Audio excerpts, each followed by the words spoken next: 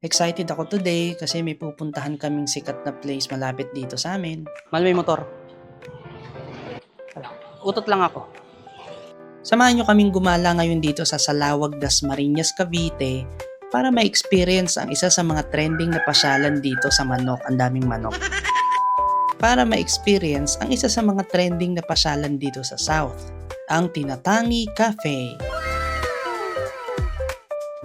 Matagal na nga namin gustong pumunta dito sa lugar na to, pero ang busy kasi naming dalawa kaya lagi na po-postpone.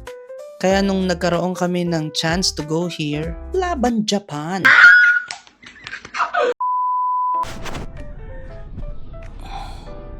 It's 4:39 PM, kakagising ko lang.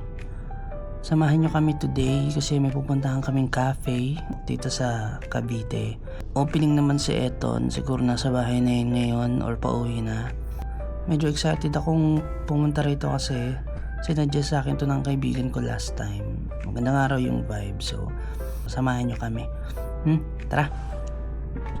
For today's outfit, I wanna call it hot and cold. Kasi nga naman, tingnan mo, naka-jacket tas naka-shorts. Di malaman kung nilalamig o maiinitan sa panahon eh. So nandito na nga kami sa Paliparan Road and since hindi namin alam yung lugar, nag-Google Map kami. Sabi ni Google Map, 28 minutes lang daw ang biyahe from our place. Pero dahil sa nadaanan naming bumper to bumper traffic, lumagpas din kami ng mga 30 minutes sa biyahe namin. At eto pa, at dahil masyado kaming loyal kay Google Map, sinundan namin yung way na tinuturo niya. Habang focus si Eton sa pagdadrive, ayun, di namin namalayan, lumagpas na pala kami sa entrance ng cafe. At dahil lumagpas na kami at mahirap nang bumalik, sa exit na lang kami pumasok. O diba? Pagkagaling ng mga batang are umentrance sa exit, iba din. So pag park namin, eto na agad yung bumungad sa amin, pagkarami-raming Christmas lights. Buti na lang pala at paggabi na kami nakarating at bukas lahat ng ilaw. Hindi na kami nagsayang ng oras at umorder na agad kami na makakain. So, umorder kami ng carrot cake. Actually,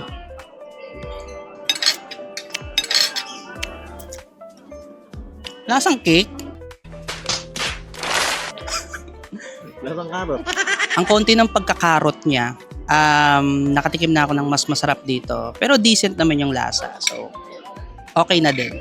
For 170 pesos. Something like that. Caramel macchiato. Sakto lang, lasang caramel macchiato. Okay. Creamy vanilla, this is non-coffee base. Matamis, magugustuhan to ng mga estudyante. Bro, what are you talking about, man?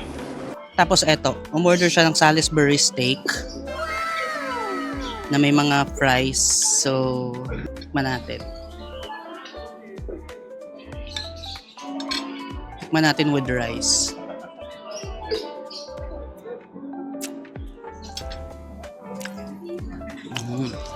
This I like, masarap. Nice. Lasang Salisbury steak talaga. Binatikman ako before sa isang di man high-end pero kilalang restaurant na nagtitinda ng Salisbury steak. Okay naman, medyo magkalapit sila ng lasa. Okay naman ang place, maluwag, presko at relaxing. Maraming tao pa nga yung dumating pagkaupo namin sa table. And kahit na dumadami yung tao, hindi ko na feel na suffocating ang lugar para sa katulad kong claustrophobic ha. So andito tayo sa Tree House. Actually maganda rito medyo basa nga lang kasi kaninang umulan. Not intended for dine-in itong taas kasi kung nga naman mahihirapan yung mga nagsaserve. No? Chill spot. Chill spot lang. Tingnan nyo.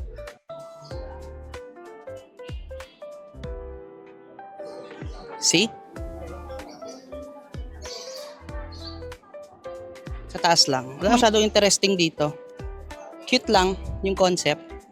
Daming ilaw. Ang yaman talaga ng Dasma sa mga pailaw. Okay, so medyo matarik yung daan. Look at that! Baba na tayo. So inubos lang namin yung order namin, tapos nag-ikot ng kaunti, then nag-decide na rin kami umuwi. Pauwi na kami!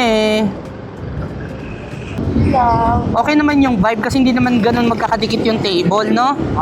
Magkakaano pa rin kayo, magkakausap pa din kayo ng kasama mo. Oo, hindi na ganun dikit-dikit. Correct, oo. Okay naman, tapos pet friendly. Oo. Nung pauwi na kami from our quick pre-Valentine's date, ay may na-realize akong isang bagay. Isang bagay na nakapagbalik tanaw sa mga experiences namin together. Ito yung maging matapang ka sa pagsubok ng mga bagay na gusto mong gawin. Gaya nitong vlogging, actually matagal na namin tong binabalak pero ngayon lang namin inuumpisahan. Nakakatakot kasi sa una. To be honest, habang nagpi-film kami kanina sa cafe ay may mga agam-agam pa din kaming nape-feel. Yung tipong marami bang nakatingin sa amin, pinagtatawanan ba nila kami or curious sila sa mga pagkatao namin. Pero kahit ano pa man, napakahalaga ng may tiwala ka sa sarili mo. Kasi at the end of the day, ginagawa mo yung mga bagay na yon para sa kasiyahan mo. Wala tayong control sa kung anong iisipin ng mga tao sa paligid. Ang makokontrol natin ay kung paano tayo magre-react sa mga sasabihin nila. Gaya nga ng kasabihan, focus on the things that you can control. It will help you feel empowered and less overwhelmed. At kaya kung gusto mong sumama sa mga susunod naming mga gala, don't forget to like and subscribe.